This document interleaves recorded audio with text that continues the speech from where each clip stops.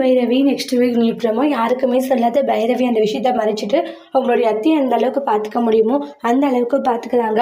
அப்போ அன்னபூரணி எப்படியோ யாருக்கிட்டேயும் சொல்லாத இருக்கம்மா, அது வரைக்கும் சந்தோஷம், என்னை எந்த அளவுக்கு நல்லா பார்த்துக்கிற, இப்போ தான் என் மனசுக்கே சந்தோஷமாக இருக்குது அத்தை, நீங்கள் நல்லா இருக்கணும், அதுதான் அத்தை வேணுன்றாங்க. நீங்கள் பெருசாக இதை பற்றி யோசிக்காதீங்க, உங்களோட ஹெல்த் நல்லா இருக்கணும் அத்தை, அதுதான் எங்களுக்கு மெயினுன்றாங்க. நீங்கள்லாம் இருக்கும்போது எனக்கு என்னமா ஆக போகுதுன்றாங்க. நீங்கள்லாம் இருக்கும்போது எனக்கு ஒன்றும் ஆகாது, என்னை இந்த அளவுக்கு நீங்கள்லாம் பார்த்துக்கிறீங்களான்றாங்க. அத்தை, உங்களுடைய ஆரோக்கியமும் உங்களுடைய உடம்பும் தான் முக்கியம் அத்தைன்றாங்க. ஆனால் சீக்கிரமாக உங்களுக்கான ட்ரீட்மெண்ட்டை பண்ணி சீக்கிரமாக வந்து அதை காப்பாற்றிடணுன்றாங்க. இல்லைன்னு வச்சுக்கோங்களேன் தேவையில்லாத பிரச்சனை, விடுமா இருக்கட்டும்ன்றாங்க. அப்படியெல்லாம் சொல்லக்கூடாது அத்தைன்றாங்க. கண்டிப்பாக அவங்கள நான் காப்பாற்ற வேண்டியது என்னுடைய பொறுப்புன்னு சொல்லிட்டு போகிறாங்க.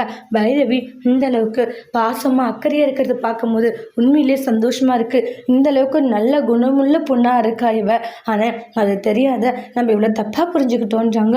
ரொம்ப நல்லவளாக இருக்கா பைரவின்ட்டு பைரவியை நினச்சி ரொம்பவே பெருமைப்பட்டுக்கிட்டு இருக்காங்க அன்னபூரணி. அவ்வளோ சந்தோஷப்படுறாங்க இந்த அளவுக்கு ஒரு நல்ல பொண்ணுன்னு சொல்லிட்டு. அதுக்கப்புறமா வந்து பைரவி வந்து அவங்களுக்கு சாப்பாடு விட்டுறது, இது மாதிரி சில விஷயங்கள்லாம் பண்ணுறாங்க. ஆறுமுகம் இவன வித்தியாசமாக நடந்துக்கிறா, என் அம்மாவுக்கு சாப்பாடு விட்டுறா, இப்படி பண்ணுறா அப்படி பண்ணுறா, காரணம் இல்லாத இவ எதுவும் செய்ய மாட்டாளே, என்னாச்சு இவளுக்கு அப்படின்ற மாதிரி ஆறுமுகம் ஒரு யோசனையில் இருக்காங்க. அடுத்து வரக்கூடிய பிரமுல ஆறுமுகம் ஏன் பைரவி எதனால இப்படி எல்லாம் பண்ணுறாங்கன்னு தெரிஞ்சா ஆறுமுகம் என்ன பண்ண போகிறாங்கன்ட்டு வெயிட் பண்ணி பார்க்கலாம். தேங்க்யூ.